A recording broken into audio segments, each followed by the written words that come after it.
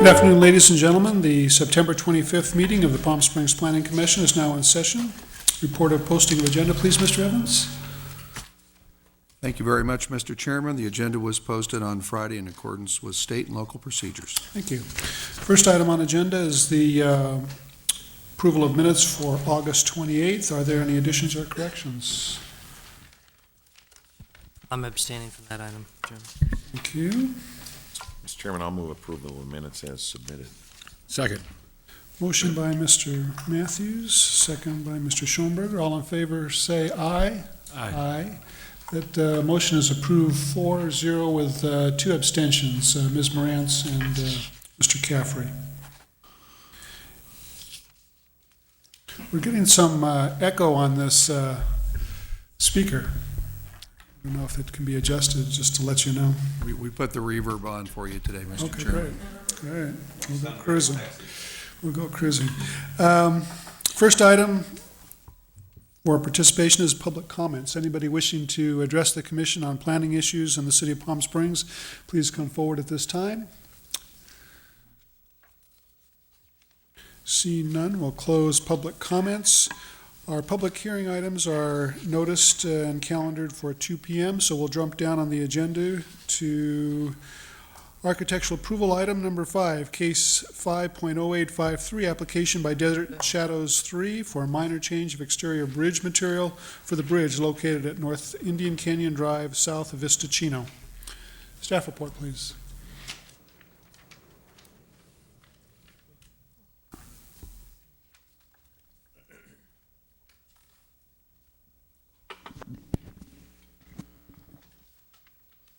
Mr. Chairman, this is a material change for the proposed bridge for the Desert Shadows Resort and condominiums. As the commission recalls, the final bridge in colored perspective is to look like this. This green seafoam type color shown here is was a material that was a canvas. And in taking a look at the structural engineering, wind loads and the like, and the volume of area that would be in canvas, it was determined that it really was not going to be structurally feasible. It would basically just pick up too much wind resistance. And they've come back in with a material change to go to a more durable material. The intent is to come in and use a fabric mesh to try to give it the same feel and to make it fairly easy. They did a scale model that, as I recall, is 1/2 scale. Good afternoon. And this would give you a feel. The actual mesh would be tighter. This is roughly a 1-inch weave, and I think they're going to go down to a 1/2-inch weave. The applicant is here, and they'll correct me.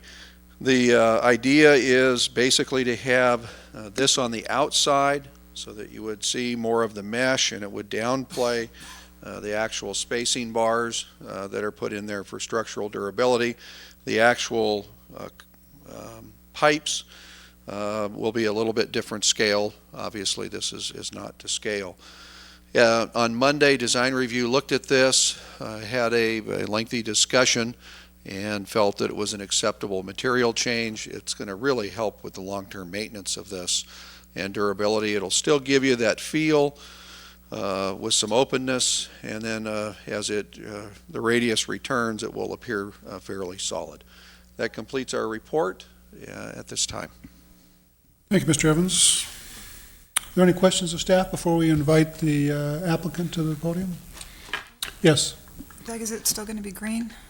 Same color.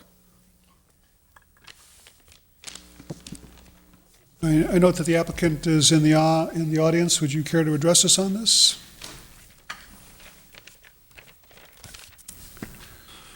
Yes. Good afternoon, Planning Commission. My name is Chris Mills, 1255 East Ramon. I'm the architect on the project. Doug pretty much explained everything that we were talking about. This is a half-size model, so the pipes that you see on the ends, they'll be twice that size. everything will be twice that size. The spacing of the vertical members will be, that's 2 feet, they'll be 4 feet. The only thing that is different is that the mesh, as Doug mentioned, this is 1 inch, and we'll be taking it down to 5/8, not a half. And the original fabric, Doug referred to as a canvas, that was on there, it really wasn't a canvas. It was a fabric, but it was fabric you could see through. And it was the intent was to create not a block of your view, but a filtered view back to the bridge beyond the wings. And that helped make, we call them wings, that helped make the wings look lighter, so they weren't real heavy.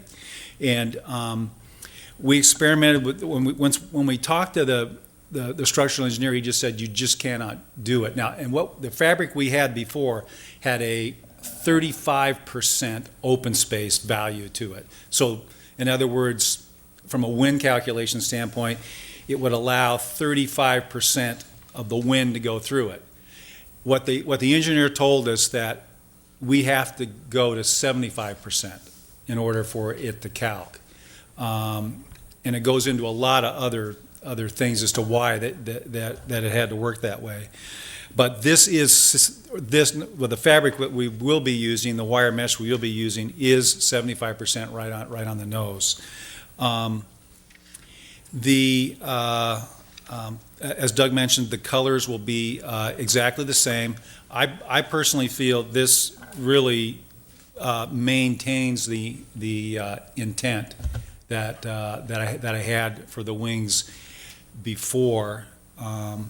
I think one of the things that is pretty amazing, if you look at this piece as knowing that it's half scale, we're talking about, the bridge itself is about 140 feet long from tip to tip.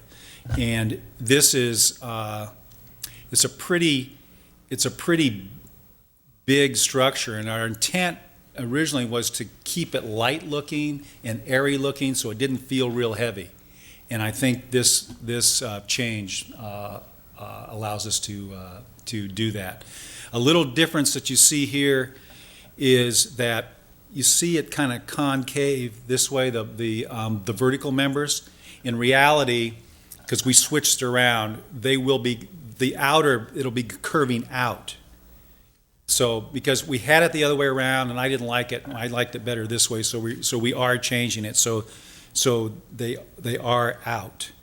And the little space you see between the verticals will not be there. They'll be butted against each other, so that line will be even less obtrusive.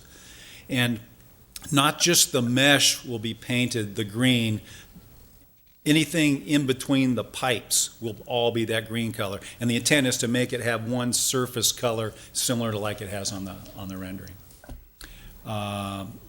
And so if I can answer any questions, I'd be happy to. Thank you. Any questions, comments, motions? Ms. Brantz?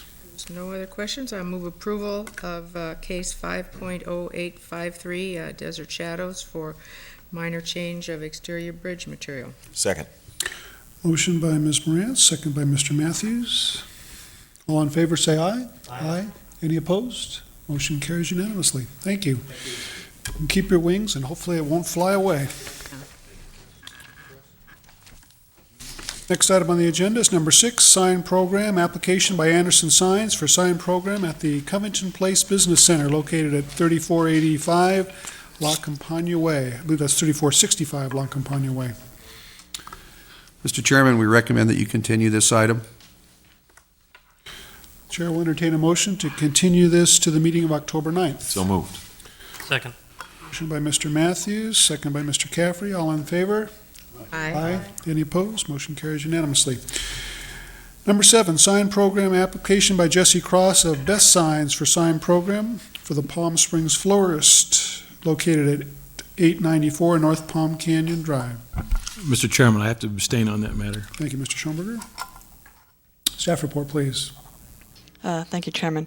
This is an application by the Best Sign Company to establish a sign program for the Palm Springs Florist building located at 894 North Palm Canyon Drive, and there are exhibits on the board to my left.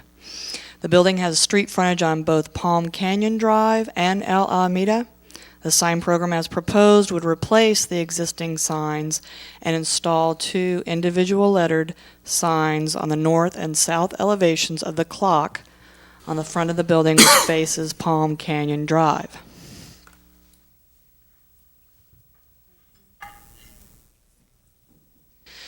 Staff has recommended reducing the letter size to meet the code 16 and 14-inch requirements and to align the sign closer to the street edge of the architectural feature to balance the weight of the sign design.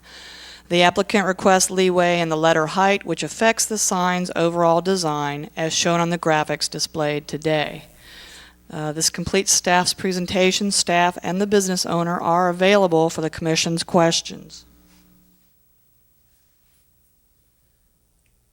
Right along here, normally the code requests 16 and 14. They're requesting a little bit higher than 16 inches for the overall design of the sign. Yeah, I have a little difficulty visualizing exactly where this sign is. Could you point out again on the photograph?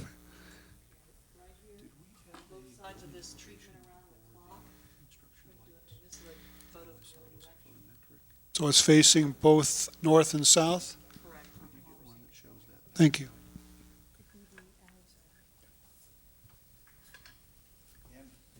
The current signs are on the edge of the roof line out on the front on both sides. It's pretty hard to see by the photo lettering, but the applicant's proposing removing those 2 signs. Any questions of staff? Ms. Conrad? Do you know how old the original sign is? Like, when is it, does it date from the building? Is it a new addition? Maybe the applicant knows. I could research the file right if you just want to wait a moment, or like I said, the business owner is here and he might be aware. Mr. Mills? You own Palm Springs Forest? No, I'm not the business owner, I'm the architect for the building and the designer of the sign. Not the constructor of the sign, the designer of the sign. My error, sorry. That's okay. Might be a better idea. Chris Mills again, 1255 East Ramon. We're in agreement with everything from a staff standpoint, except we would like to keep the height as we drew it.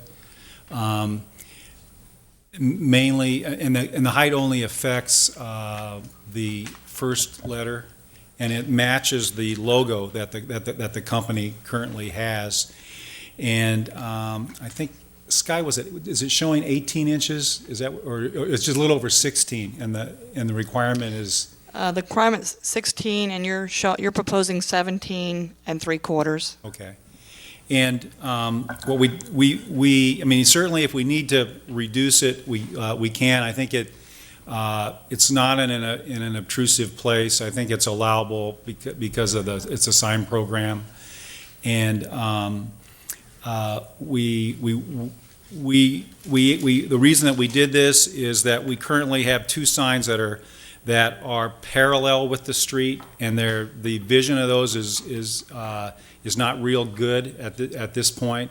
So by going perpendicular, it allows more vision of the sign, which is what the intent is. We are repainting the building with the colors you see up there, and we felt this sign program worked out well. We will be lighting the sign externally from the roof with a light source up onto the sign, so you won't see the lights themselves.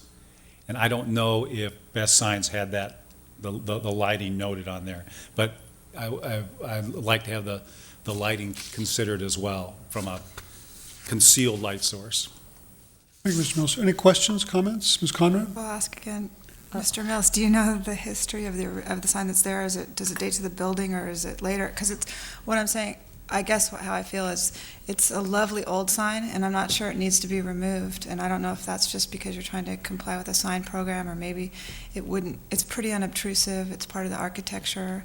It's a cool old Art Deco building. Well, you know, Commissioner. well, I appreciate. I was the the architect on the original remodel that put that sign in there. Okay, that's what I'm asking. And, It's very nice. Thank you. But I don't think it draws away from the character of the building by not having that sign. Commissioner? Yes, go ahead. Commissioner Conrad? The current signs are from 1985. Approval? You look great. Mr. Grange? I'm going to have to abstain because of a conflict of interest. Thank you. Sky, I had a question. I know we have some latitude because it's a sign program, but typically don't we require signs to face the street as opposed to being perpendicular?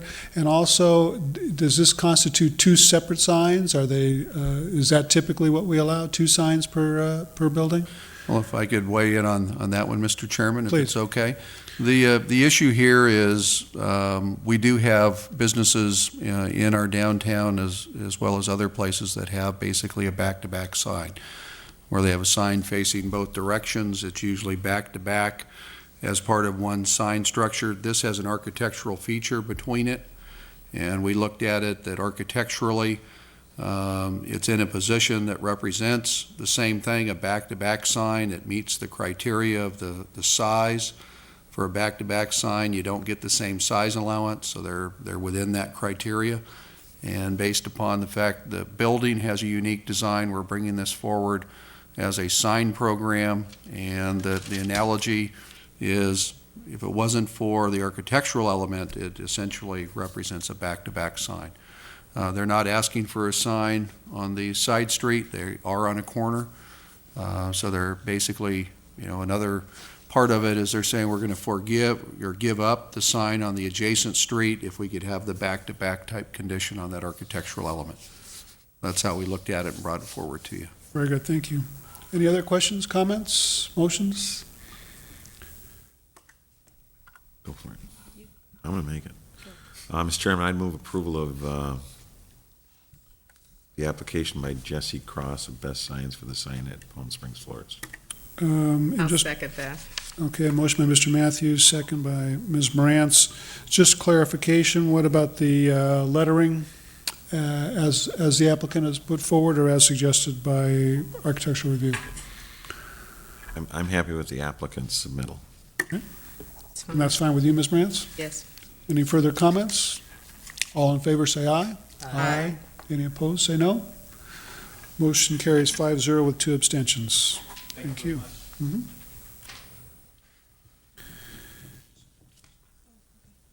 We're going to jump down on our agenda to item number 9, case 5.0344, application by the City of Palm Springs for expansion of the Convention Center kitchen for a project located at 277 North Avenida Caballeros. Staff report, please.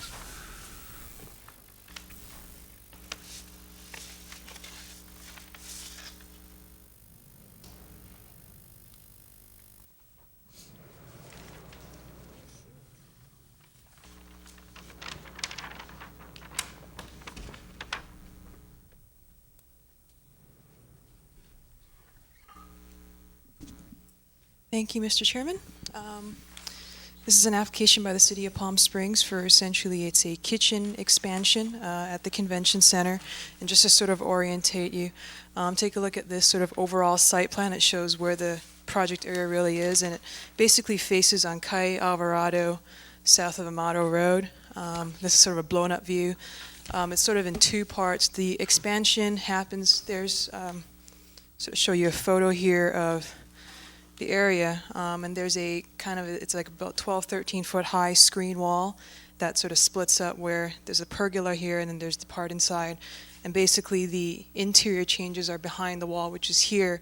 The part that's going to be visible from the public right-of-way is actually going to be this piece here, which would be in this photo in this area. So it would sort of kind of replace that pergola that's there right now.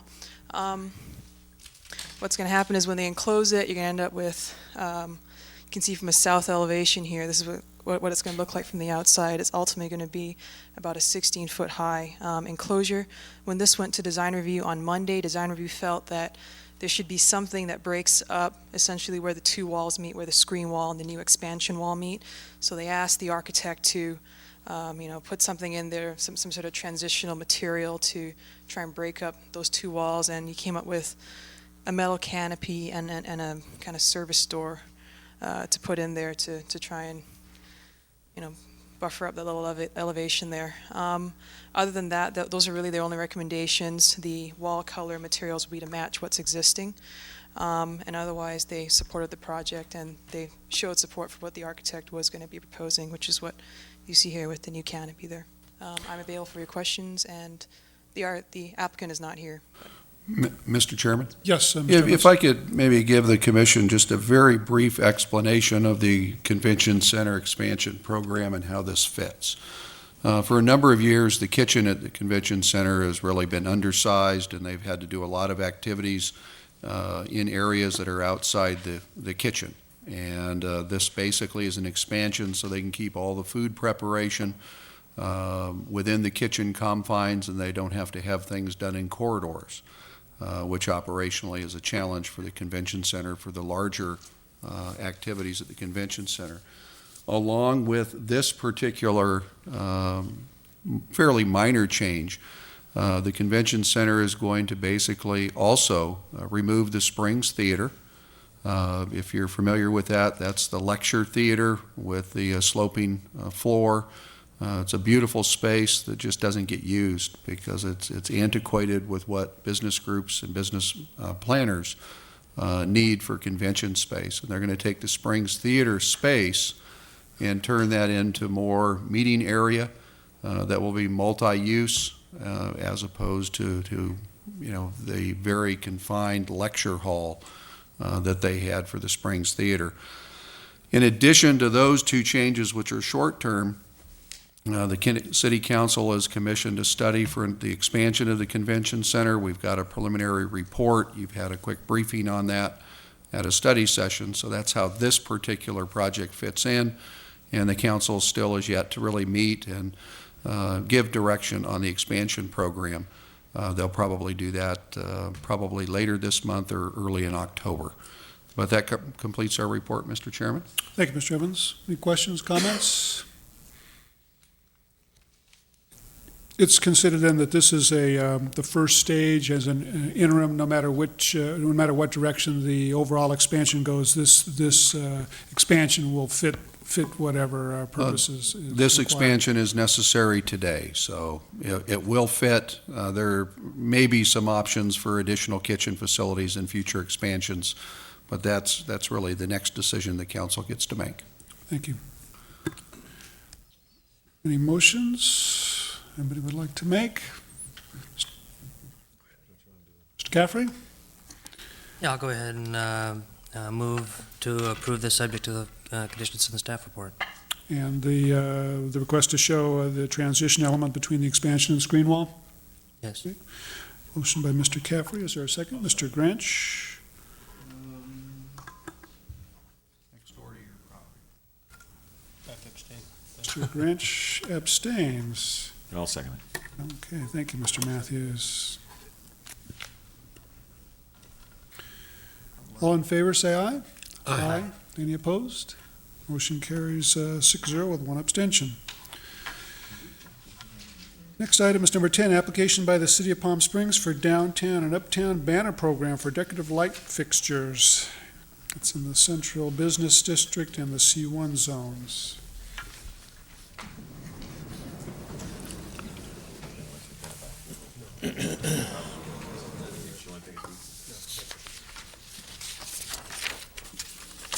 We provided the Planning Commission with a written description. Basically, this is a backup banner program. The city owns 200 banner poles or light fixtures in the downtown. As we've indicated, there's a series of different programs that deal with Uptown, that deal with the Follies, that deal with other activities, and we do rotate the banners in. What Jerry Ogburn would like to do is have a backup banner so that there could be a consistent theme. We're right at that time where he's got to change over because just wear and tear and attrition. There's two banner proposals. They both are kind of takeoff of the Uptown design, and Design Review recommends alternative A, which is here, and that's also the one that Jerry Ogburn recommended. I believe that's the motion.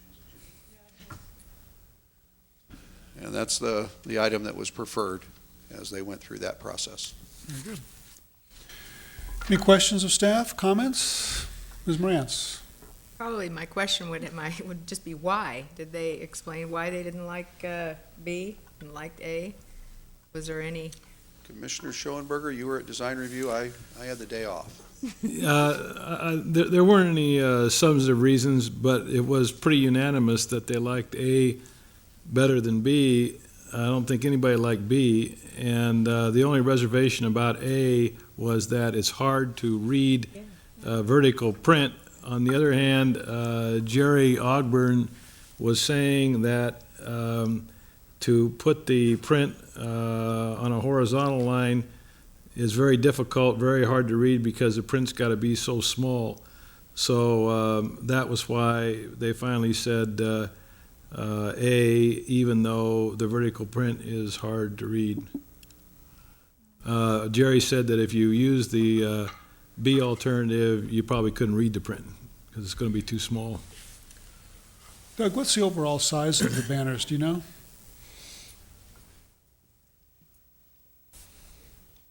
I hope I do.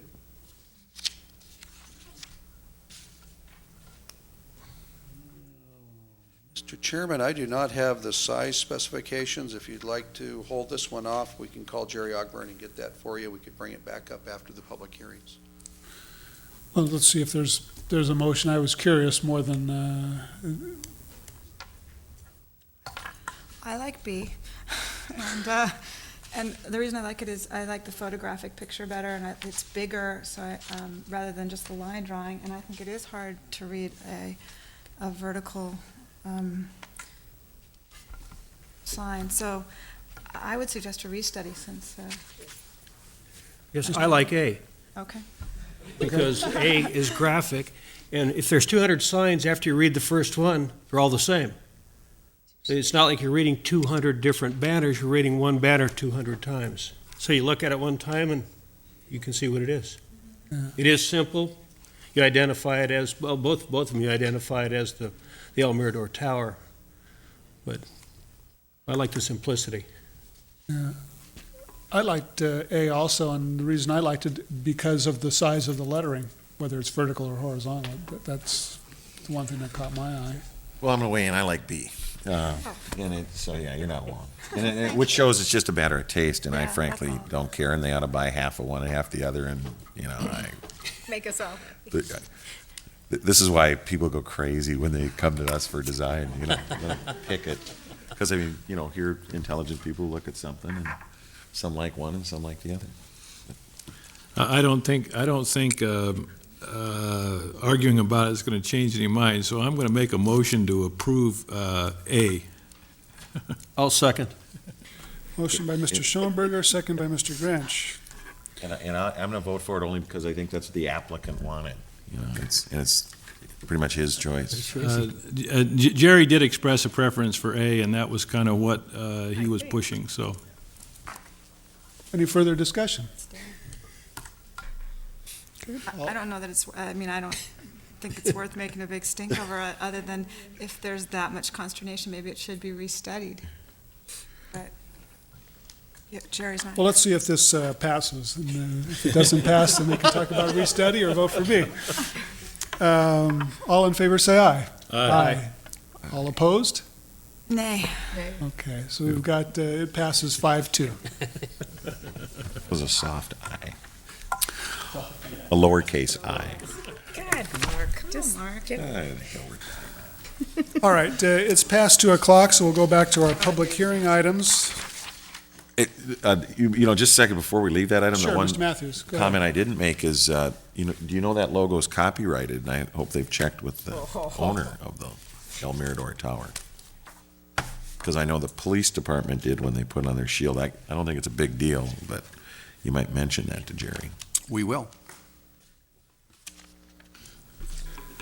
All right, public hearing item, case 5.0925, application by Andrew Linsky for conditional use permit to allow a 700 square foot guest house located at 1019 Cielo Drive. Staff report, please. Mr. Chairman, I'll be abstaining on this item. Thank you, Ms. Morantz. Mr. Chairman, Gabriel Diaz will give you the staff report on this item. Mr. Diaz. Thank you, Chairman.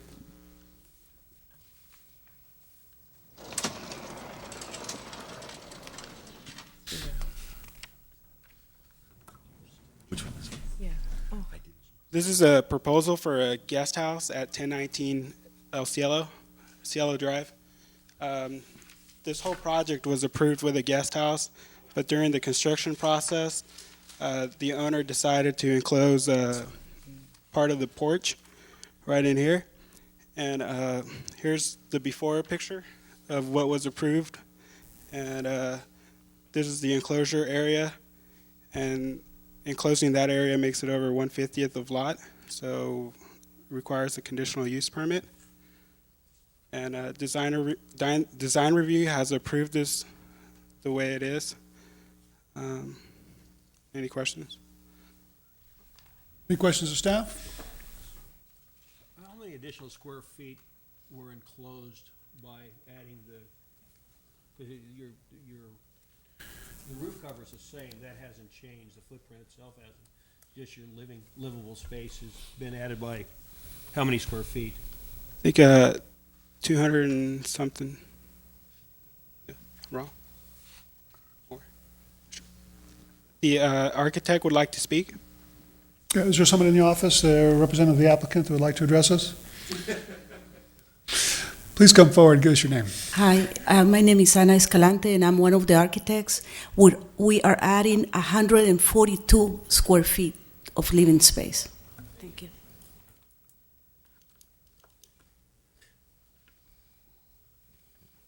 Any other questions? I'd just like to comment that the one concern we sometimes have on structures this size, that they inappropriately be used as a full-time residence or something like that. And I do note that there's no kitchen facilities which would discourage that or renting it out. Is there any motions? This is a public hearing, right? Oh, you're correct. This is a public hearing. Please excuse me. Any other questions of staff before we open the public hearing? Doing it in reverse. Anybody would like to address us on this matter, please come forward at this time. Ms. Escalante, your comments are already noted, but if there's anybody else that would like to come forward.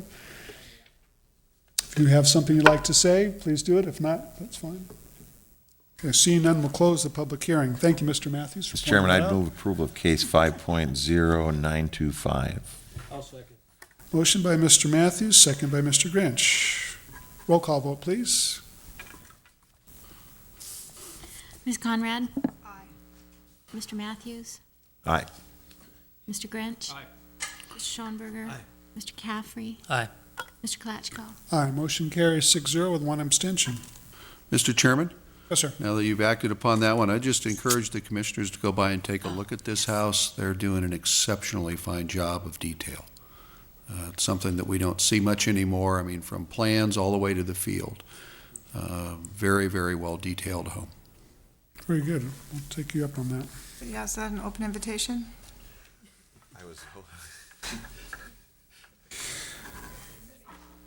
All right, the next item, public hearing, is case 5.0909, application by Brad Corzin for street landscape improvements at the Estrella Inn, 415 South Bellardo.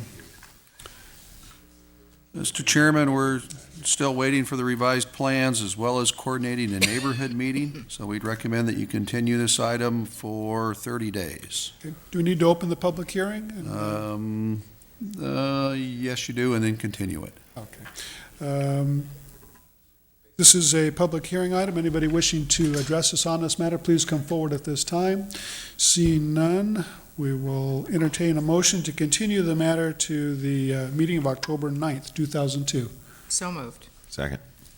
Motion by Ms. Morantz, seconded by Mr. Matthews. Roll call vote, please. Ms. Conrad? Aye. Ms. Morantz? Aye. Mr. Matthews? Aye. Mr. Grinch? Aye. Mr. Schoenberger? Mr. Caffrey? Aye. Mr. Klatchko? Aye, motion carries unanimously. We'll go back to our architectural approval agenda.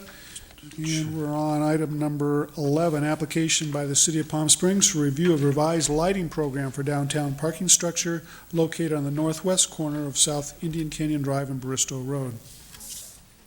Mr. Chairman, it's me again. Mr. Chairman, Yes, sir. Yes, ma'am. ma'am, I will be abstaining on this item. Thank you, Ms. Morantz.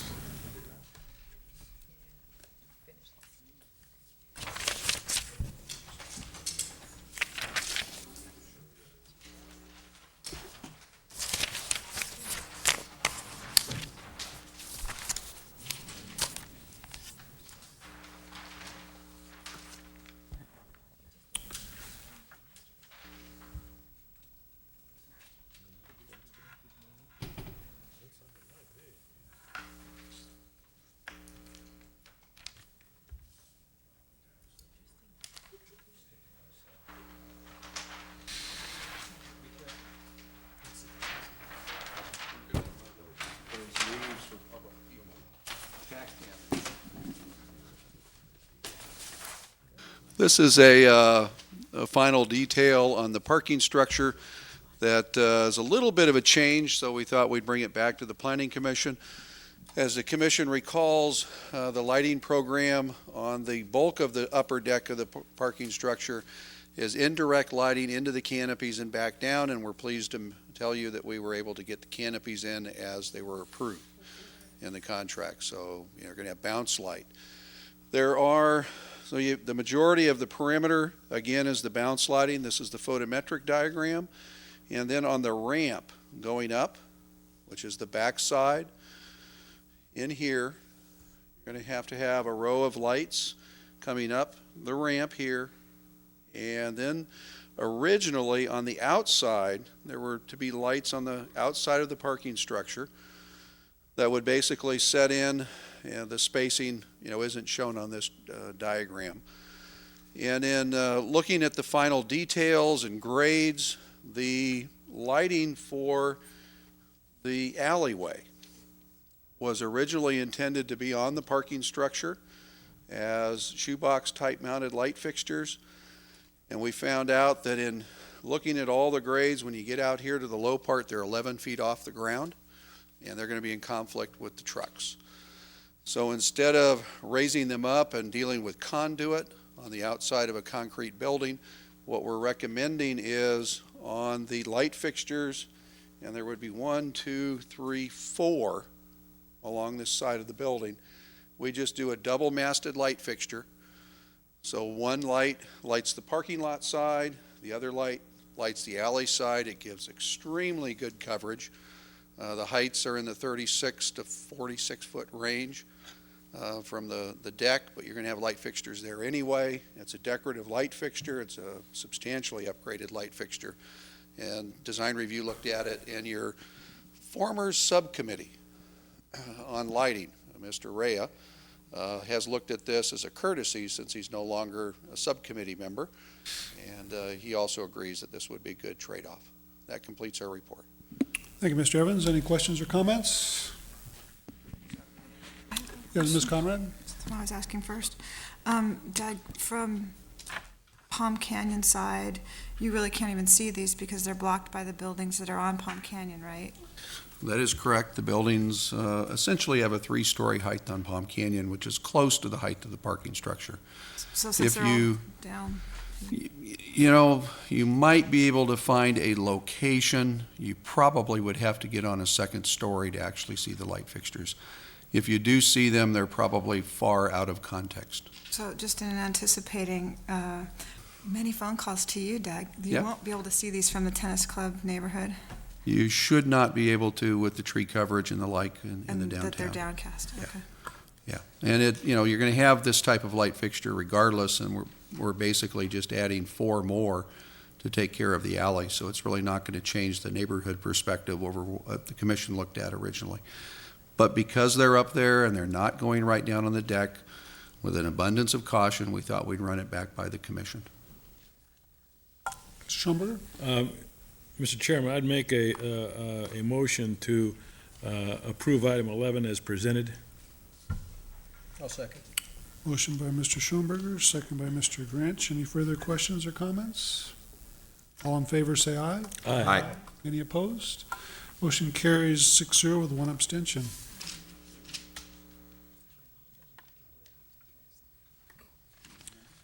Next item is agenda item number 12. Our agenda doesn't list the case number, but I believe it should read 5.0918, which is a street name change application by Marbury Road property owners to change Marbury Road to Rock Canyon Road.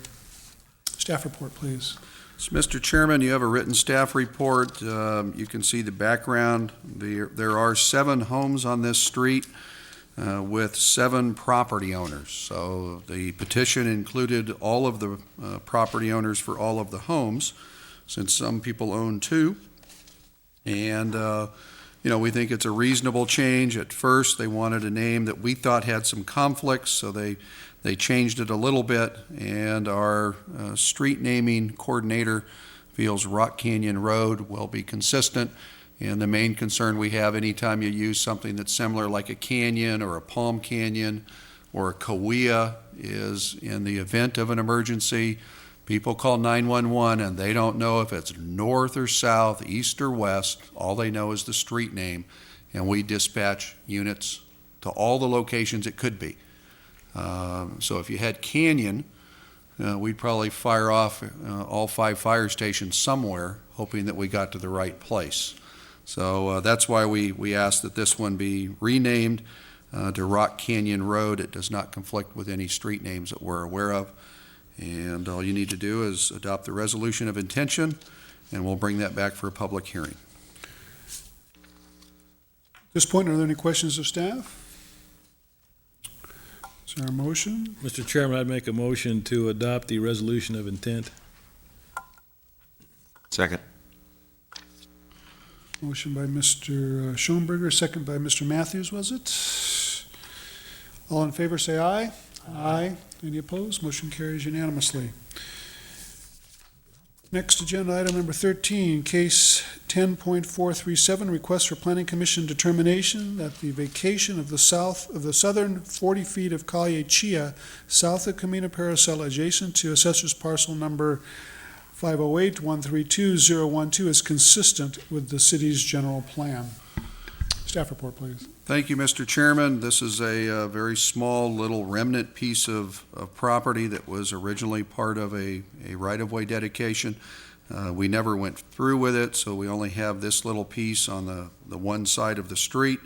The other side of the property is developed, so we're never going to get it. It would not go anywhere. The property owner would like to vacate it so that they could put it to active use. It is not in conflict with the general plan. So if the commission has no questions, we do recommend approval of this determination. The city council would still have to set a hearing date and hold a public hearing to actually vacate the street. Any questions of staff? I have a question, Doug. The property to the west is the developed property. It says in our pamphlet that's owned by SCE. What about the property to the south at the end of that little street? Let me take a look at the photographs on the boards. I think that might be Builder Supply. Thank you.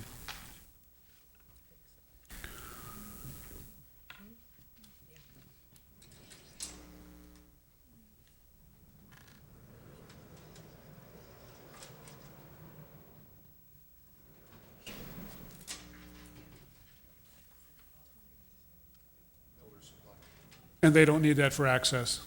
Okay.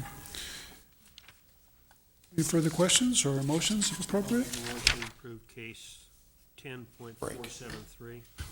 437? 437, excuse me. I'll second that. Motion by Mr. Grinch, second by Ms. Morantz. All in favor, say aye. Aye. And opposed, say no. Motion carries unanimously.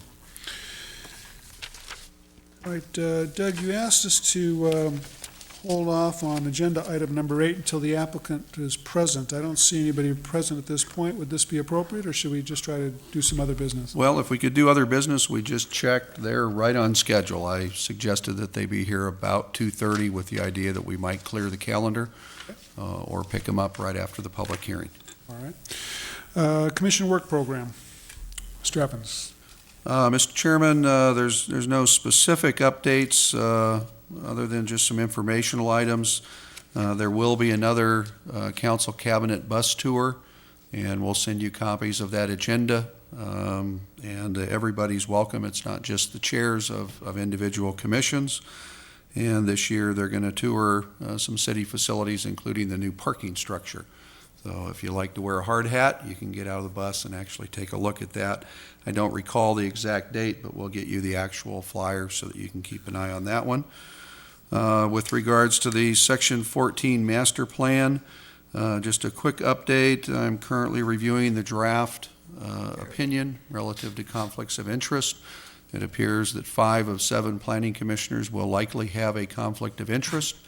And the way that will be handled is at the time we first discuss that item, we will draw lots. The planning commissioners, 2 that would be selected under drawing lots would then participate for purposes of a quorum and actually discussion and action. So if you actually draw that one, when we do that, the next time it's on an agenda, if the legal opinion comes back the way it's drafted, 2 commissioners will be selected, and you'll have to be at all those meetings for that particular item. So we'll have 4 commissioners actually looking at the Section 14 master plan.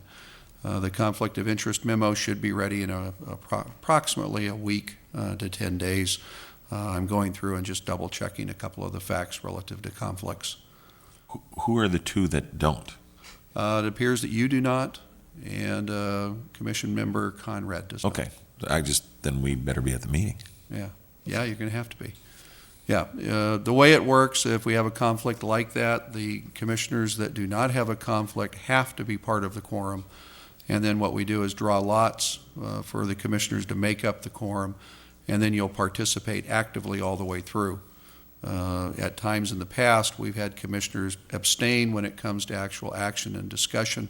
The conflict of interest laws are adjusted a little bit, and you can actually participate once the lot is drawn. So we'll get you a copy of that when it's available.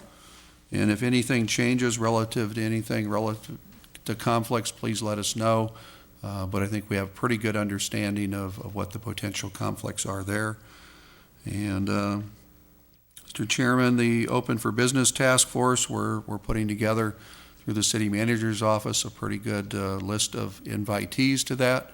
And as I recall, Commissioner Schoenberger is going to be the Planning Commission's representative.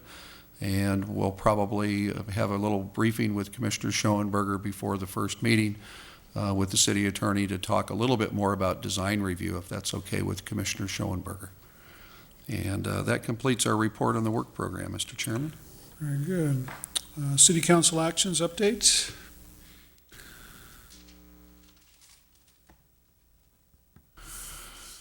Thank you very much, Mr. Chairman.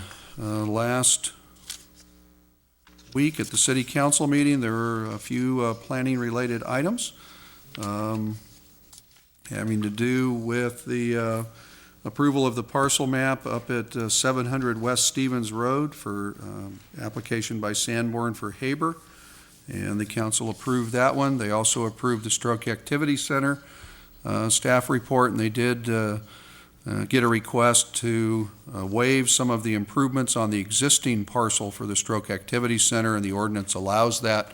The applicant just forgot to ask the commission to waive those, and that otherwise we think that would have been part of your recommendation, but the council did that without any particular problems, and it won't affect the property appreciably. The council, on a historic preservation matter, approved a Mills Act agreement for the Perosi Family Trust for the Carrie Perosi House. It's an Albert Frey house up at West Via Escuela, and basically the Mills Act provides tax relief for designated historic properties. It works out to approximately 50% of the property tax. So that one, basically is an incentive to keep the property in a historic condition. And if you're not familiar, the Perosis have been very active in historic preservation in the community. And if I didn't mention, that's an Albert Frey designed home. And the commission, or the council, also looked at an item that has an indirect impact on the Planning Commission. They approved some fairly minor changes to the subdivision ordinance. That's the ordinance that deals with parcel maps and tentative tract maps as you usually see them. And the council basically added some exclusions to the requirements for maps that are allowed for by state law. Basically allows us to do some things at staff level that eliminate a lot of process and procedure. The type of project that brought this forward was community apartments or stock cooperatives, which was the first form of condominium ownership, where instead of owning airspace condominium or a postage stamp lot, people owned a equally divided share of the project. So imagine what a lender would say when you go in as a residential customer and say, I'd like a home loan for 1/14th interest of a condominium, and they say, well, what's the lot number? Or where's the condominium map? And you say, I don't have one. So this basically allows the city to waive the parcel map, allows the property owners, with our approval, to go straight to the state and fix the subdivision problem and make a condominium out of it. We'll save a few projects in town quite a bit of work. But they did approve that, and we did have a project that was kind of stuck in neutral relative to a condominium map, and this really will make their lives much simpler. Most of the owners of these community apartments are fairly old, or somebody has just recently inherited the property and they can't refinance or sell.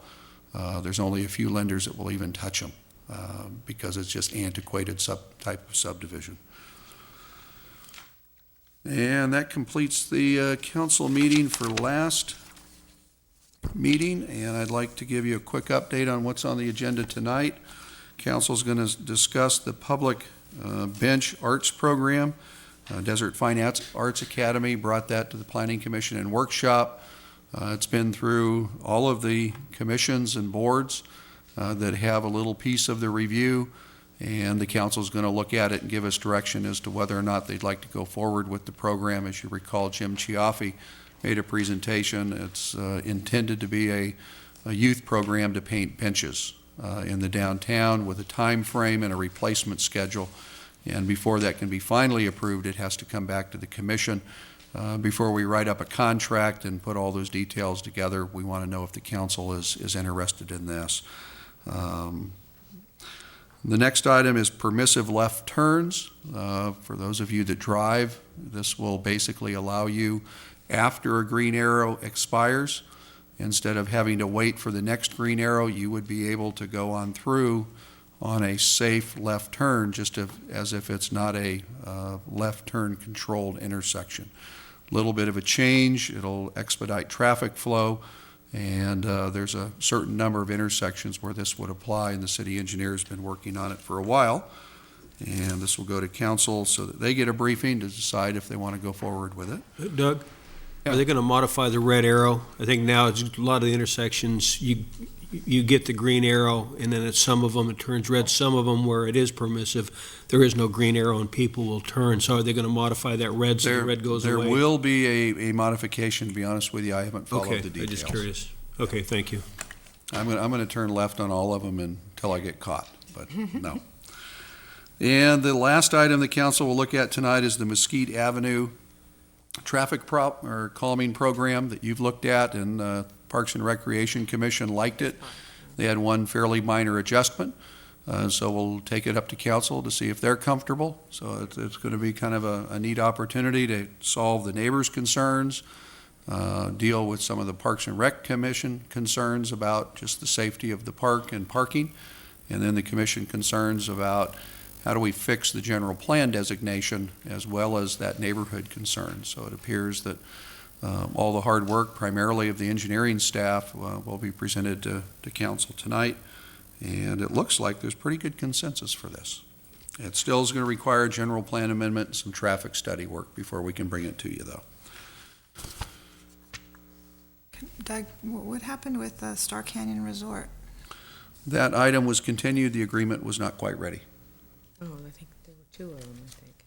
Yeah, that's a redevelopment agreement, and basically dealing with the terms and conditions of that project, and the agreement wasn't quite ready. But it appears that at an upcoming meeting, the agreement will be ready and probably meet with a positive response from both the council and the developer. looks like that one may go forward.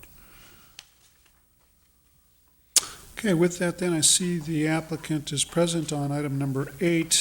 This is case... Chairman, could Yes, we sir. just have a moment to set up? Oh, A sure. little bit of a break? Why don't we do this? Why don't we take a brief recess, and we'll reconvene in 10 minutes, please.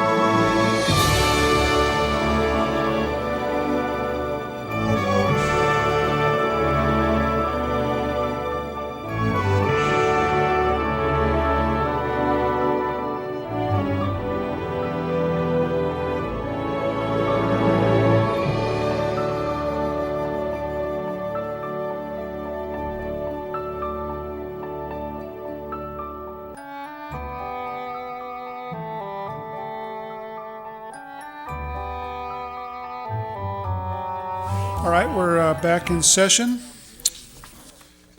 for case 5.0667, review of the proposed Agua Caliente Band of Cahuilla Indian Spa Casino on properties bounded by Andreas Road, Calle Encilla, and Calle El Segundo. And Mr. Evans, as you commented before, we have conflicts of interest on this matter. I believe 5 of us have conflicts, and only Ms. Conrad and Ms. Morantz, and Mr. Matthews do not. Are we going to employ the same procedure that you outlined? Yes, Mr. Chairman, let me give you a quick overview. We have been looking at potential conflicts of interest in Section 14 because of the Section 14 master plan. I did confer with the city attorney as that research might apply to the casino, and it appears that most of the commissioners either have a business conflict or a property ownership conflict with this, either by proximity or potential value of properties involved or businesses involved. So in taking a look at this, I believe 5 of the 7 planning commissioners have a conflict or a strong probability of a conflict, and without doing a lot more research, excuse me, it's my belief and the city attorney's belief that 5 of you have a conflict in this one. The way we deal with that is each of you needs to state specifically what your conflict is. If it's a real property conflict, you need to state the address or location of the building. It's a little bit different than the standard conflict where you just have to state you have a conflict. If you have a business conflict, you need to state the nature of the business conflict relative to, why you believe you have a conflict. And if it then ties back to a property, you should state the property. If you don't have the address, you can describe the name of the property or the location of the property, and that would be sufficient. Once you've gone through that exercise, what I've done is I have 5 pieces of paper in here. 3 say no. 2 of them indicate that you're going to participate. Once you draw the lots, you need to declare whether you're in or not, and the 2 commissioners that are allowed to participate may fully participate in the discussion and the vote if there is a vote by the Planning Commission on this item. The way the law reads, it doesn't weigh one conflict greater or lesser than another, so whoever draws the lot, you get to participate regardless of what your particular conflict is. And that is a very quick overview of very complicated state criteria for conflict of interest resolution. And the item today does have to be carried by a majority of the quorum. And if you have a quorum of 4, you're in pretty good shape. So I don't participate that as a problem unless you just lock up 2-2. Very good. Thanks for the explanation. Why don't we just go down, starting at the far end of the dais, with those that have conflicts. If you'd state your conflict for the record, Ms. Morantz? Yes. Mine is a business conflict. My husband and son do a lot of work for the tribe. Mr. Grinch? Mine would be a conflict of proximity to the property. Our adjacent property is at 980 Tockwitz Canyon, adjacent to the Civic Center. That's your employer? It's my employer. Yes, Yeah. Mr. Who's Schoenberg? your employer? Oh, my employer is Palm Springs Unified School District. I have a ownership interest through a partnership in a building at 801 East Tockwitz, which is within 500 feet of the casino location. Mr. Caffrey? I have a business conflict with a broker that represents properties in the area. Is that sufficient? That's sufficient. Yeah. 'Cause it's- I have a business conflict representing the homeowners association, the property directly to the east of the proposed development. And if maybe for the record purposes, Mr. Chairman, could you indicate what your business is? Yes, I'm an attorney, and the party is the Plaza Villas Homeowners Association. Okay, and Commissioner Caffrey, you probably need to indicate your business name. First Priority Mortgage. Mr. Chairman, with that, I'm going to bring a cup around, and there's 5 pieces of paper. They're all the same, and just unfold them. And I forgot exactly what I put on there as far as who's it, but it's pretty clear. Thank you. I don't know.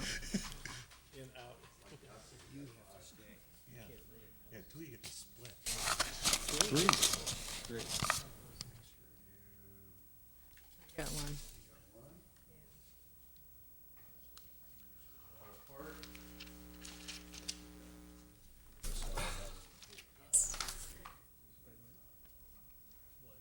Say in or out.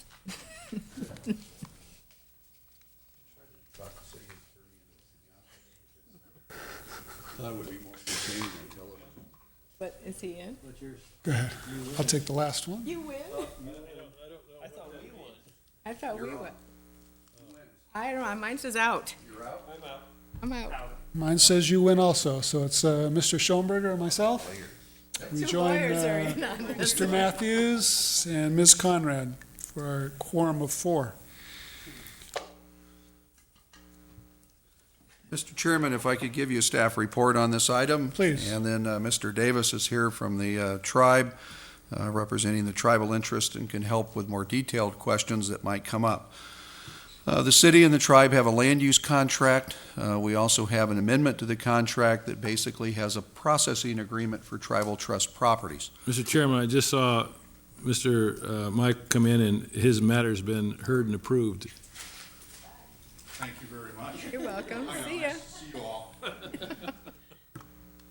And the processing agreement is for tribal trust properties, and for those in the audience that don't understand that, that means a piece of property owned by the tribe for the general benefit of the tribe, and that's a layperson's interpretation. There probably is a more legal definition, but this is a piece of property or properties that are owned by the tribe for the benefit of the tribe, and they're essentially out of the land use agreement, and we have a separate processing agreement to deal with this. Basically, the way it works, we get 30 days to review a project. We have to prepare a conformity report, present that to the city council and the tribe within 30 days. The council then has a public meeting to consider the conformity report, and then if there's any comments from the tribe, we would certainly welcome them. And then, we have a public hearing. That's a joint public hearing between the tribal council and the city council. And at the public hearing or any time thereafter, the tribal council can act upon the project. They may consider all the items that are recommended by the council or suggested by the council in the conformity report, or they may disregard all of those items. This is a relationship that's very unique in the state of California. It's a sovereign nation within the corporate boundaries of Palm Springs. And as the commission knows, we've got a very unique ownership pattern. So what you're participating in today is basically the review process. We've started to review the plans at staff level. We're not, by any stretch of the imagination, completely finished. The engineering section is looking at the engineering. They are going to develop a set of recommendations that's very similar to what you would normally see. We just have not had a chance to put those into a packet for the commission today. I don't think there's any surprises, and most of those issues have already been discussed with the tribe, and they have to do with standard street improvements, curb and gutter, things of that nature, and I don't think there's a particular conflict regarding this project and those recommendations. Fire department's doing the same. They're looking at it from a fire code standpoint, putting together a set of recommendations. Planning staff is doing the same. But we don't have a full report because we're just at the process of putting that information together, and then we'll have a meeting here shortly. I won't have all the information from all the departments until latter part of this week, early next week. From the standpoint of context, in 1994, the tribe proposed a casino in the exact same location. It is exactly the same size as this proposal, approximately 119,000 square feet. And it has exactly the number of parking spaces allocated to the casino, a little over 1,300. In 1994, we did a detailed traffic analysis and parking analysis, taking a look at different industry standards and what we felt was an appropriate standard. And it was felt between the tribe and the city that approximately 1,300 parking spaces was satisfactory to handle the casino. Tribe is going to build approximately 1,500 parking spaces in this area to deal with the spa hotel, the casino, post office obligation, as well as an obligation for the Hilton Hotel to provide some additional parking in the area. So from a parking standpoint, it's consistent with the environmental documents in 1994, and at this point, other than the change of location and design of the parking, it's pretty consistent with the 1994 proposal. In 1994, the difference is, it was intended that there would be a parking structure right next to the casino. It was a multi-level parking structure. It was probably the most controversial part of the project in the neighborhood because it basically was a multi-level deck, and it took up a fair amount of the site, in fact filled up the north one half of the site. Right now they're proposing to provide all the parking, at least at this stage, as surface parking and expand the existing parking lots that you see in the field and upgrade them, redesign them so they work better for the casino location at this site, and they would go all the way up to the north to the but the existing homes that are up just south of Vallejo.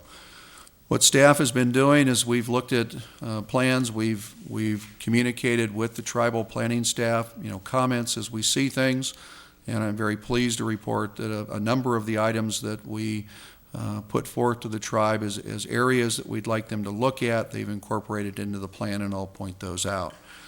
Your actual task today is to take a look at the plans, to take a look at the building design, and if the commission cares to make a recommendation to the city council, we'll certainly fold that into our staff report.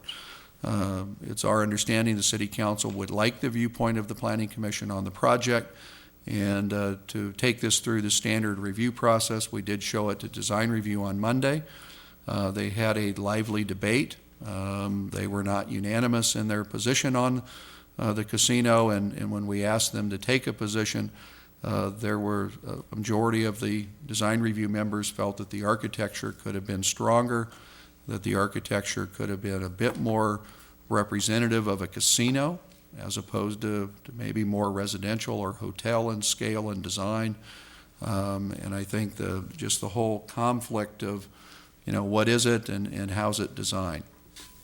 If I could interpret the design, and I've not met with the architects and I've not asked them a question, Wimberly, Allison, Tong and Gu are a architectural firm that focuses on hotels. They do outstanding hotels throughout the world, and they're probably ranked as high as anybody when it comes to top-end, high-end hotels. We've looked at them doing some projects here in town. The most notable, that wasn't built, was the Canyon Hotel remodel under the Solomon Adler proposal, and most people were very pleased with that. So I think they came in and looked at it not as a casino, but they looked at it as an adjunct to a hotel in a neighborhood that has a hotel next door and condominiums. And I think when you take a look at the design, it looks more in scale with a hotel and condominiums as opposed to a traditional casino. I think philosophically, the design review group was expecting something that was a little bit more tailored to just a casino, as opposed to a building that was really embellished to have massing, size, windows, and things that would be more traditional for a hotel or a condominium type project. But with that overview, what I'll do is give you a quick overview of the plans. Tom Davis is here, and he's certainly more familiar with the project than I am. And if I miss anything, Mr. Chairman, if you could give Tom an opportunity to add in, and then we'd both be willing to answer any questions that the commission might have.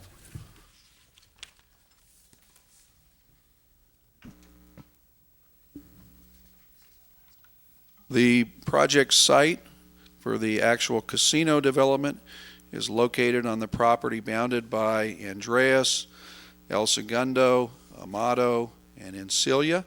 The original casino location was right here. It would have involved the tennis courts and the parking lot at the tennis courts at the Hilton and the parking lot for the existing casino and hotel. The parking for the project basically takes up this portion of the site as well as the vacant land that goes up to the existing homes. Again, same street boundaries, but going up to just 5 lots south of Vallejo. The existing hotel is located here. The Plaza Villas condominiums here, Deauville condominiums located in this location, and another condominium project located here. The city owns the Prairie Schooner site, which is in this location, and the tribal offices are here with the Hilton in that location to give you context. One of the things that's really exciting about this whole area is the city's convention center is located here. We're looking at expanding that. And if everything comes to fruition relative to an expansion of the convention center, within probably 12 to 18 months of the casino opening, we'll also probably have a convention center expansion completed. And we'll really have a dynamic change in the way we can market the community and the activity in this particular area. The casino design is shown relative to site plan and general floor plan in this exhibit here, with basically the connection to the hotel with an entryway in this location, the parking lot entryway, and a larger entry to the hotel or casino is located on the north, with the bulk of the parking up to the north. One of the items that we've asked the tribe to take a careful look at has to do with a connection that will eventually go over to the convention center along Andreas Road. And they've come in and shown a decorative paving section, a curvilinear sidewalk, and with a couple of shade or 4 shade structures along the way to kind of break it up and give it some relief against the building. The bulk of the gaming operations is in the center part of the casino building. This would be a destination restaurant. If you take a look at one of the drawings, there's a name of a restaurant that has changed, so please don't bring up that name. But I think it gives you an idea of the type of destination restaurant they're looking at. They're really trying to pull in an anchor restaurant. Nightclub located in this location, high stakes area, casino floor.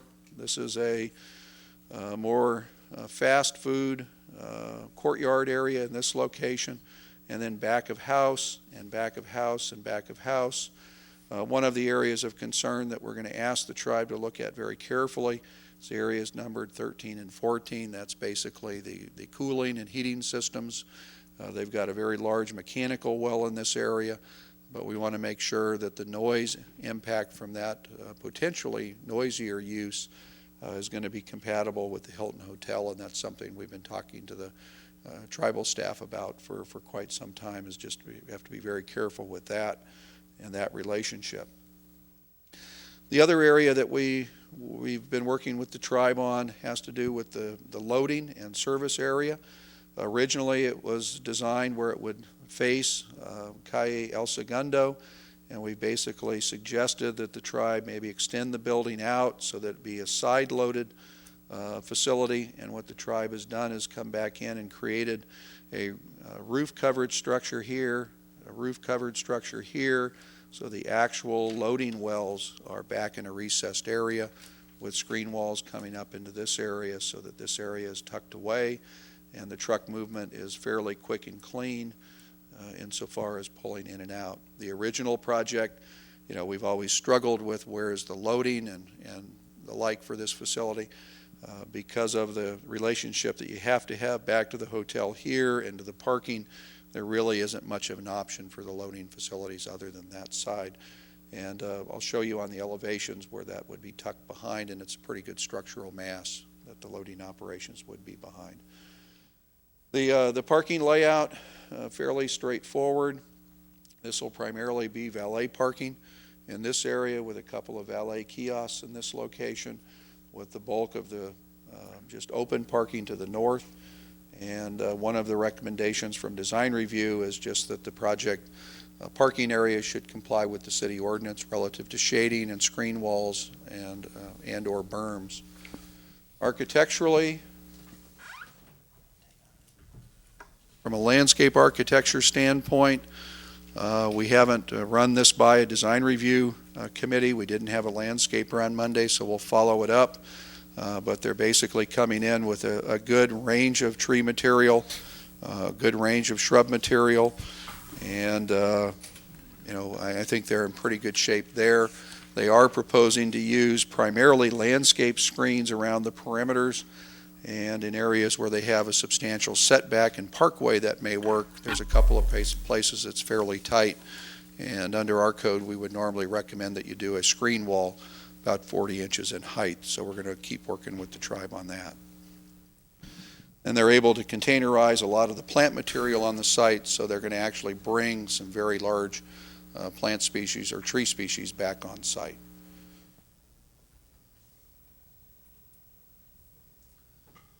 The building design is, as I've kind of indicated, a bit more residential or hotel in design. The height of the building is 40 feet to the mass of the building, and then the tallest points on the building, the towers, are approximately 53 feet, and they're located around the perimeters and pretty much away from the residential areas. The exterior of the building is primarily a stucco mass, and then the roof tile is a concrete flat roof tile, I believe. I didn't see the material sample, so Tom, you might want to correct me on that one.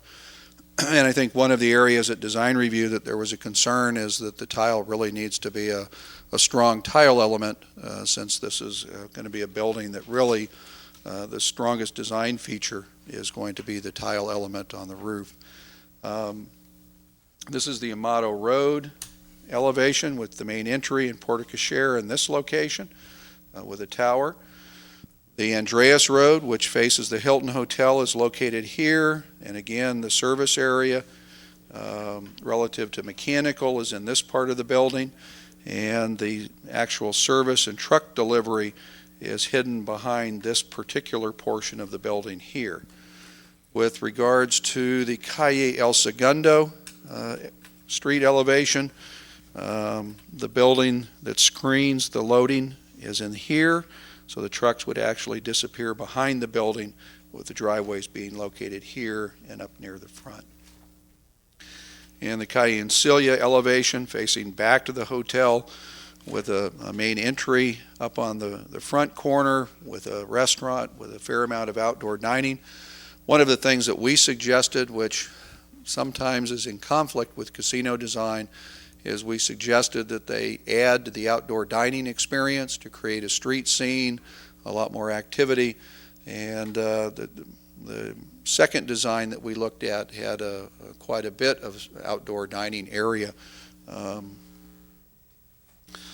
Over the first one, you've got outdoor activity areas along this portion of the building, and even at the bar area there's a couple of places where it opens up, even though most of that is enclosed, and we certainly want the bar area where they're going to have entertainment to be primarily closed up.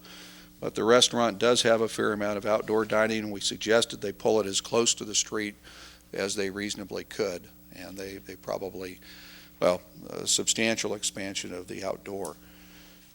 The kind of the character drawing gives you an idea of what the building would look like in basically a lighted mode, with the activity and concerns of the design team kind of expressed in a way that you get a feel for the character of the building once it's completed and the landscape kind of grows in. Mr. Chairman, that's a overview of those drawings. I would like to show you the parking lot. I've got to figure out which board it's on. Hold on one second.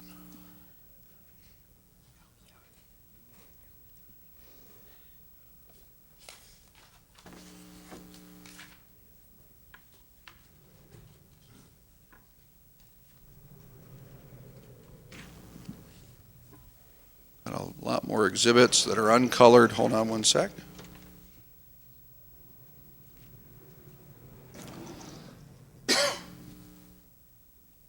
The overall parking design, this is the casino site with the Amato Road elevation, north side. This is the parking lot that I just showed you in a landscape plan.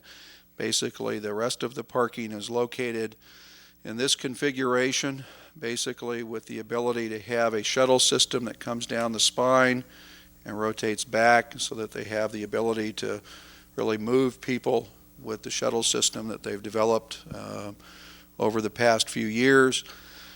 We've asked them to take a look at driveway locations to match them up with existing properties across the way. We did ask them to eliminate some driveways back on the extreme north end. And again, we're still looking at the landscape screening around the perimeter, and we're also going to recommend that the parking lot lighting comply with the city ordinance, and we've provided them, their design team, with copies of the ordinance. Originally, this whole area here was a multi-level parking structure, and with the acquisitions of this property and the flexibility that it gives the tribe at this point to go surface parking as opposed to a parking structure, as we all know that sometime in the future the tribe's going to come back and take a look at redesigning and upgrading the spa hotel.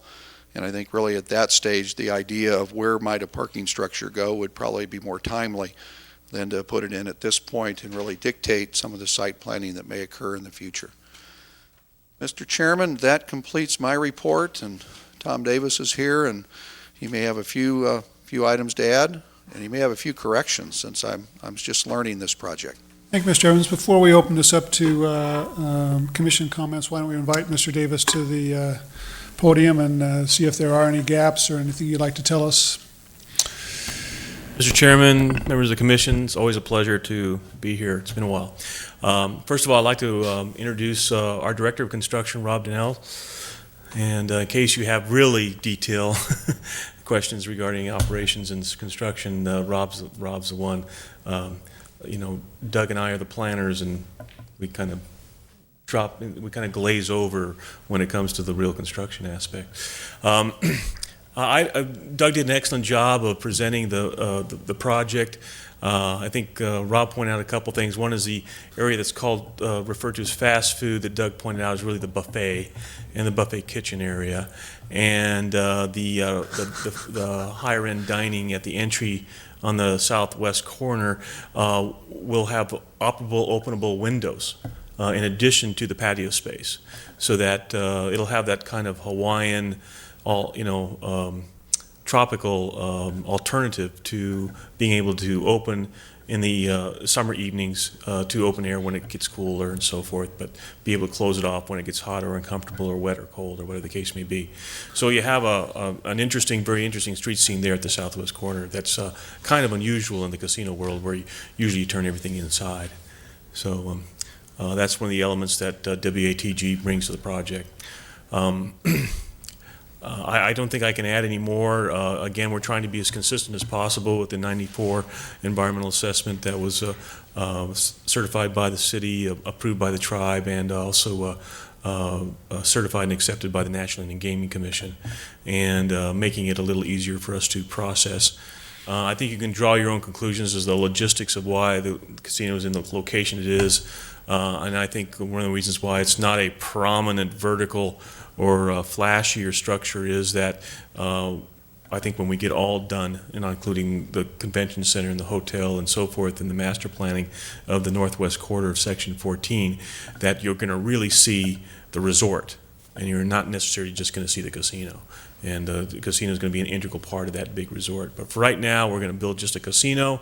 Hopefully within a year from now, we'll be able to move all the casino facilities over to the new facility, take down the tent structure, and start talking collectively about a master plan for the quarter of the section.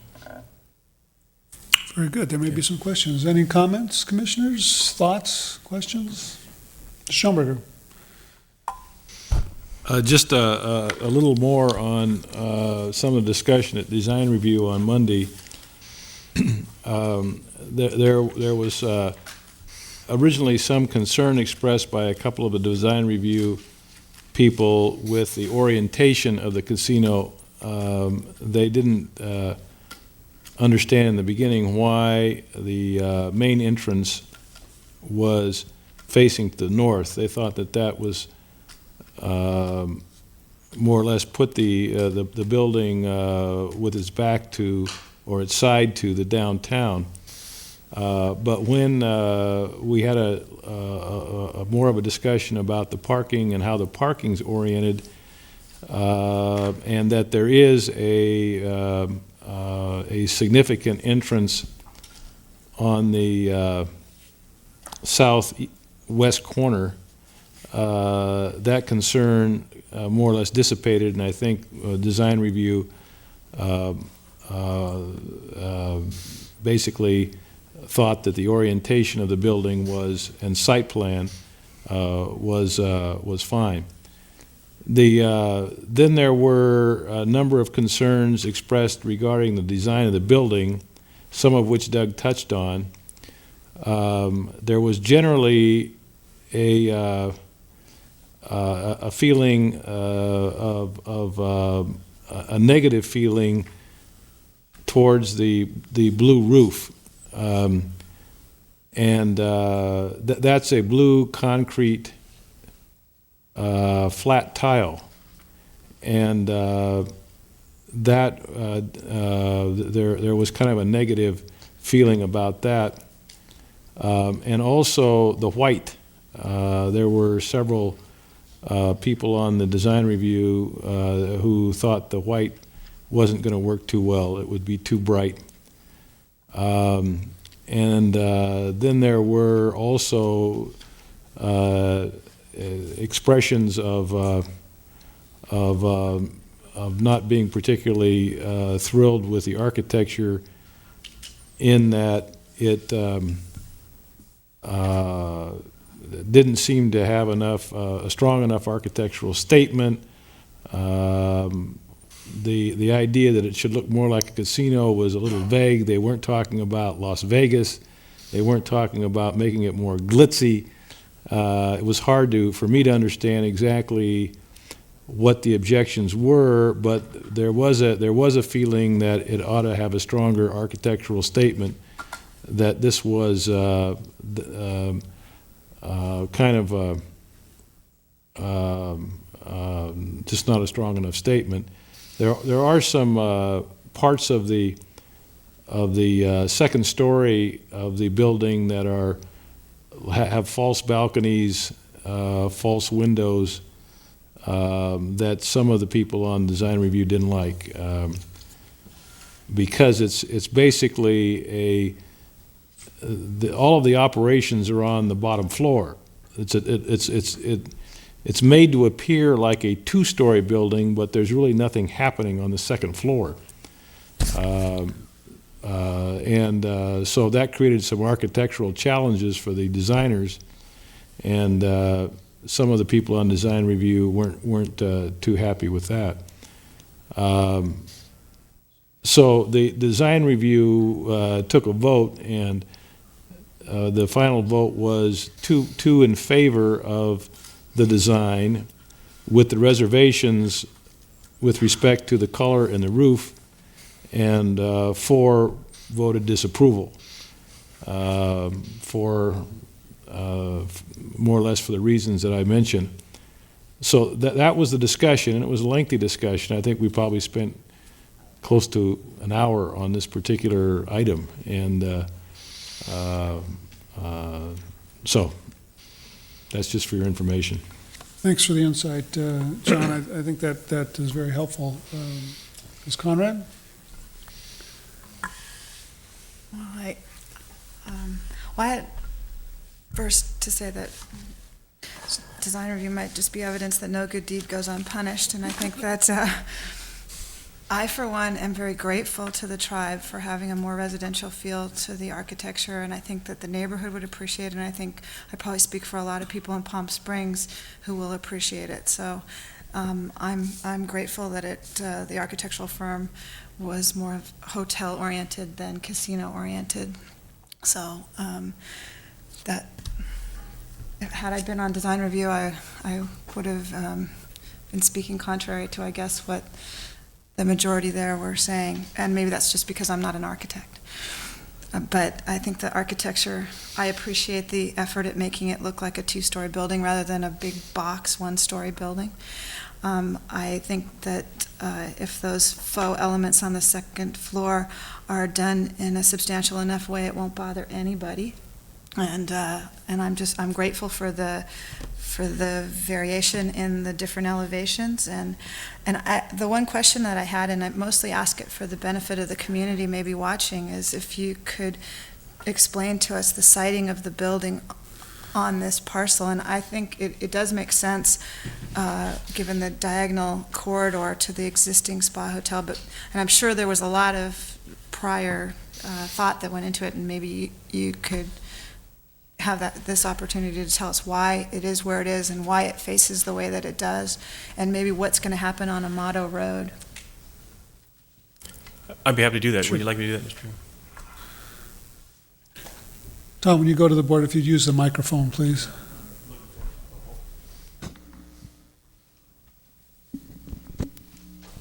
That's a very good point. I think people forget, certainly as long ago as 8 years ago, we looked at the entire planning area. It exists today still as a commitment by both the city and the tribe to vacate streets, and Celia and Andreas. Andreas, as you know, has already been vacated. And the purpose of that is that we want to be able to integrate an entire master plan that eventually ties all the tribal property together in some fashion and create the resort. The way the building is oriented today in this view today is that it allows for better access from the surface parking in the near term, and also has an entry at the southwest corner that would eventually connect to the hotel property. And it also remains in place that these streets would be vacated for the benefit of the project.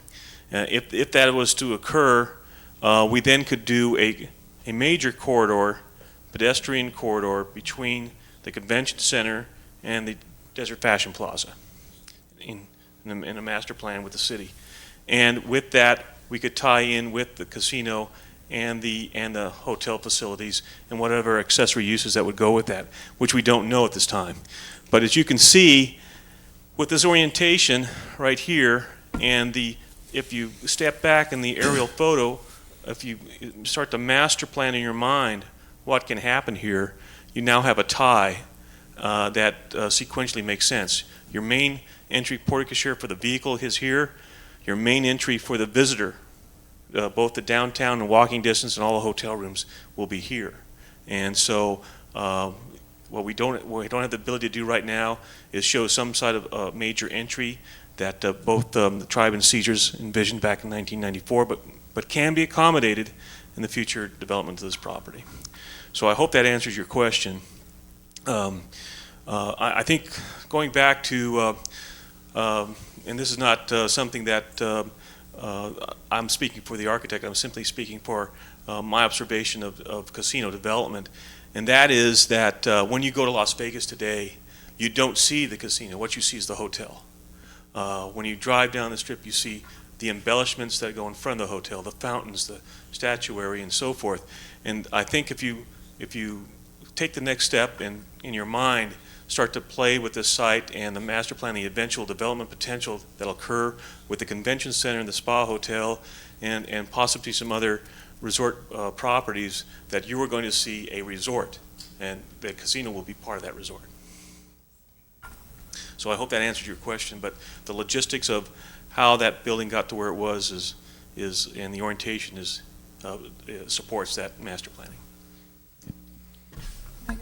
I would just wonder, may we see a materials board for the concrete tile and for the color of the stucco? Is it a bright blue? Is it a slate blue? Yeah, if you'd like to comment, please come to the podium. Give us your name, please. Hi, my name is Rob Donnells. I'm the Director of Construction for the tribe. It is a kind of a soft blue. It is a flat tile. It's you saw it yesterday, didn't you? Yes. Yeah, and it's a very pretty, it's a very nice looking tile. And the colors on the outside of the building, they appear a little white now. We're doing that a little creamy, so we don't have the final approval of the exact colors, but we can probably come back if you want us to, and we can show those to you. But I don't have them with me today. Well, I'm certainly interested, although just it being blue doesn't really bother me. I don't know why it bothered design review. Why? Is it a pretty color blue, John? Yeah, I think it was it's not a shocking blue. It's not a glossy blue. It's concrete, so it's not like, the blue tile that we see on some roofs that's real shiny. It's not like that.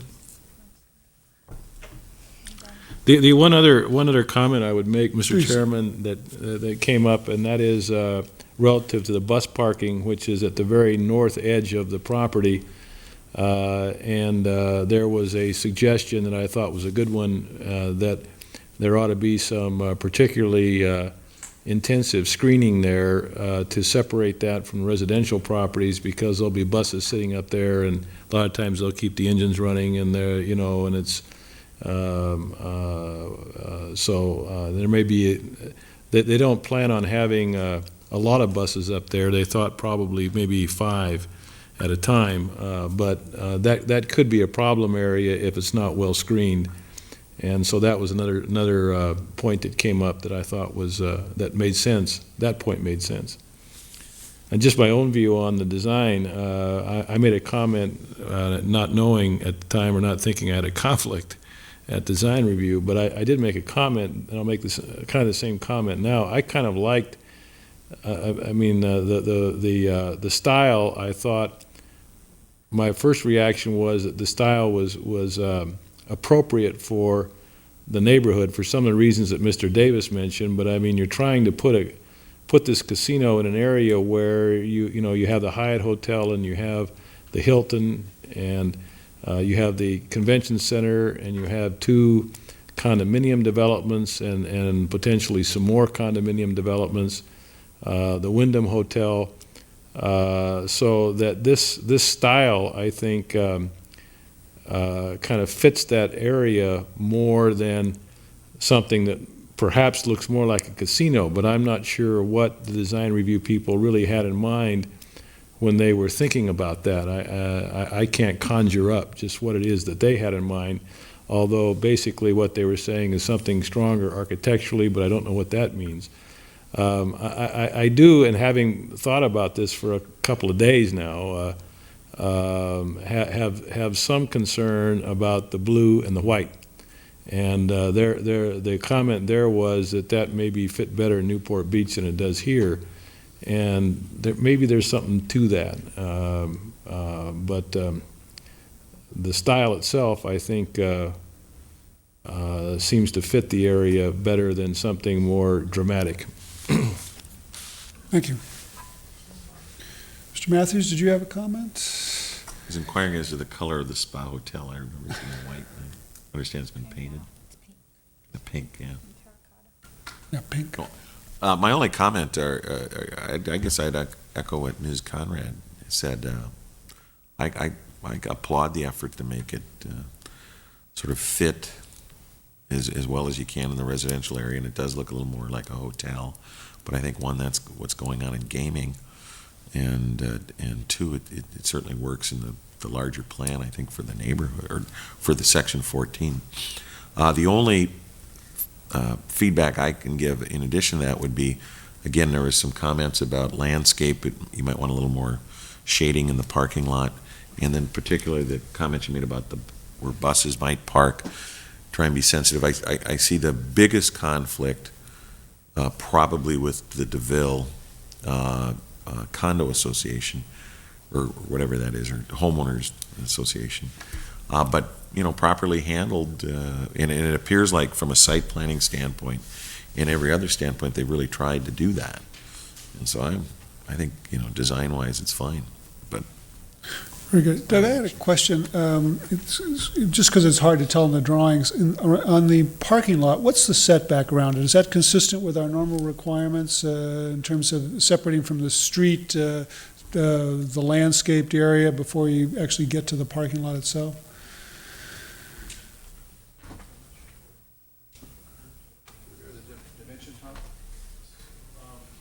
Rob was just saying it was 40 feet. There's an 8-foot sidewalk, and then there's 40 feet of landscape. Well, that's pretty substantial. What about on the east side of the building itself, facing the condominiums across the street there? I know you've got that loading area, your service area, but on, what about the setback on that side? Is it also that big? Yeah, we're at a loss for exactly what the dimension is. I know there's a setback there. There's a significant amount of planting space. I can tell you from just looking at it from here. That is a scale drawing, so maybe if we have a scale available, we can get you that exact dimension. But it looks to me like there's approximately 40 feet of planting space between the screen wall for the loading area and the street on the east side right there. Yeah, my only concern, and it applies to that side of the building as well as the parking lot, is that substantial vegetation will kind of soften the feel, especially to the residential area all around. I think on that side, it's a little bit tighter because they pulled the building out. And, the trade-off was, do you add more landscape, or do you actually pull a building out and around it? So you surround it. So in that particular area, the compromise is they put a building because it gives you full acoustic containment for the loading area. It's fully screened, as opposed to doing an 8 to 10 foot high wall and a little bit more landscape.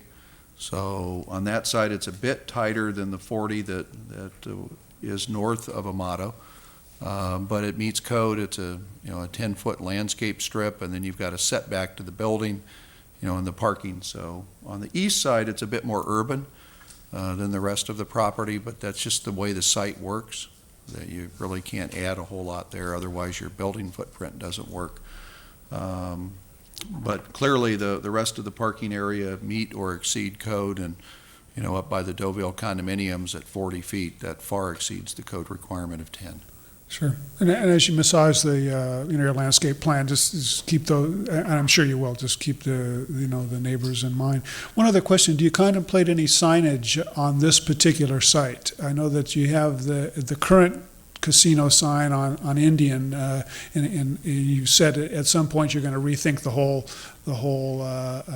resort feel to it. But what about this site? Do you contemplate a sign of any dimension on this? We don't have a sign program at this time, do we? There will be directional signs, as far as I know. Where a major sign would be, we haven't determined. That'll come at a later date.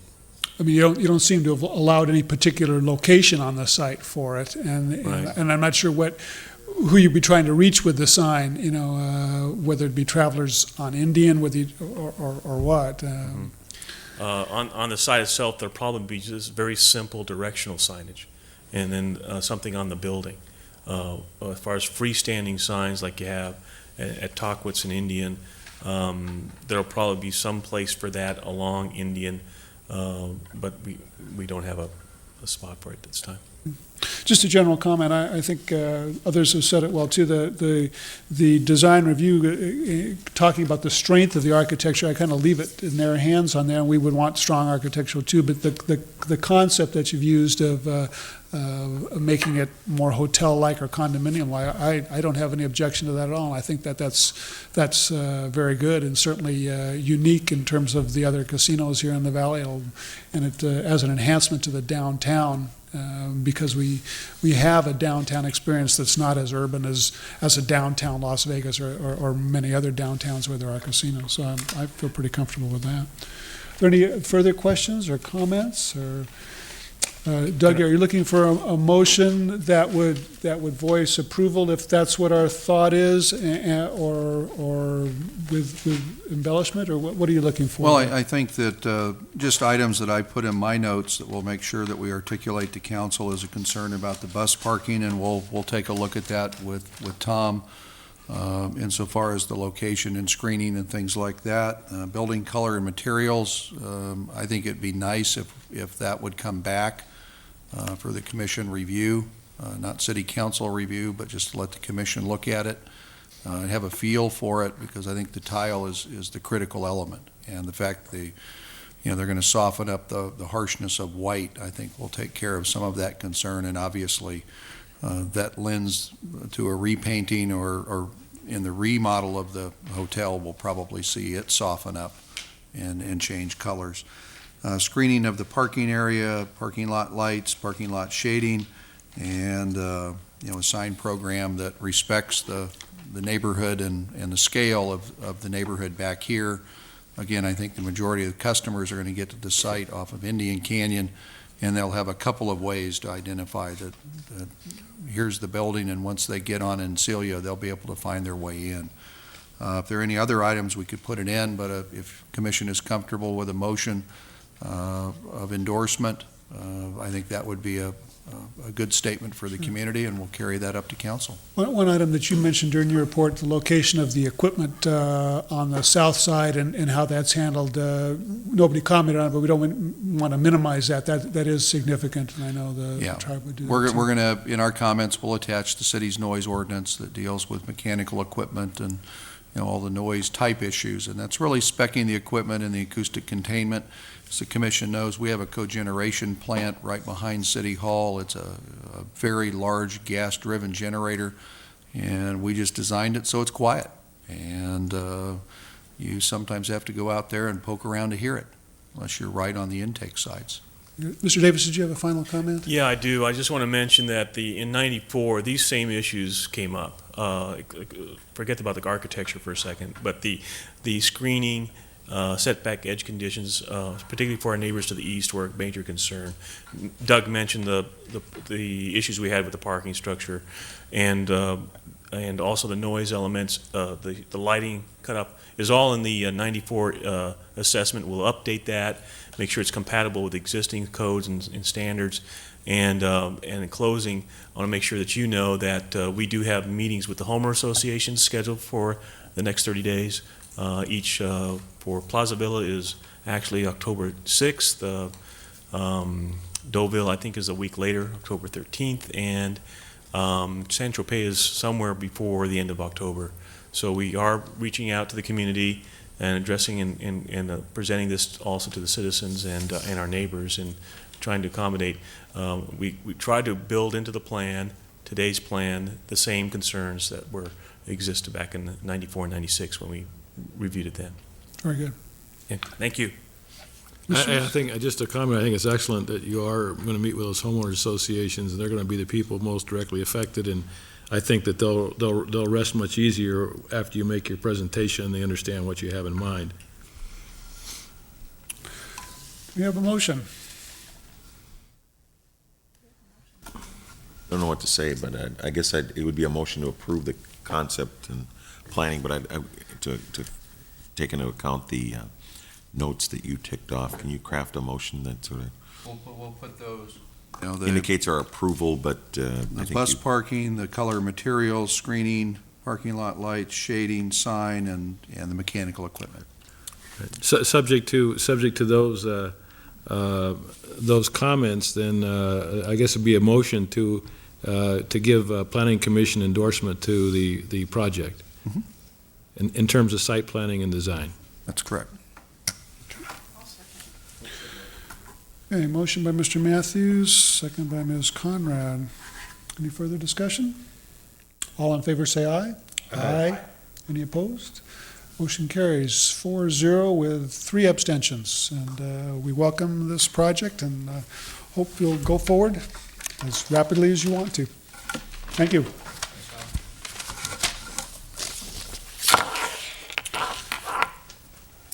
All right, that pretty much concludes our agenda, except for item 16, Commission Staff Reports and Requests. Are there any additional items, Mr. Evans?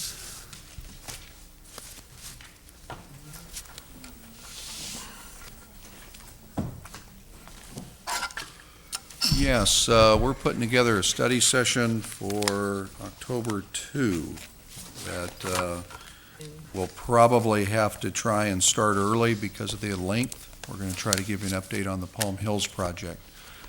So what we'll do is we'll put a special time up in the right-hand corner to call your attention to it. But it looks like we're probably going to have to start a little bit early on that one to get everything in. We've got a fair number of items. I still haven't sifted out some of the ones that, how much time we're going to have to allocate. And if we can try and push this so we don't get into your lunch hour, we certainly will. Very good. I think we preliminarily said that'd be fine if you had to start at 12 and include sandwiches, we wouldn't mind, but. Well, we'll make sure that we have. The best that you can do. We'll make sure that we have something to eat. We want to keep you all happy and, pardon? Don't bring a sandwich.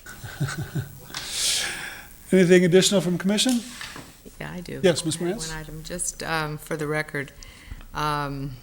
The southwest corner of Araby and East Palm Canyon has now become the newest City of Palm Springs used car lot. There were 5 cars with for sale signs in the dirt on that corner.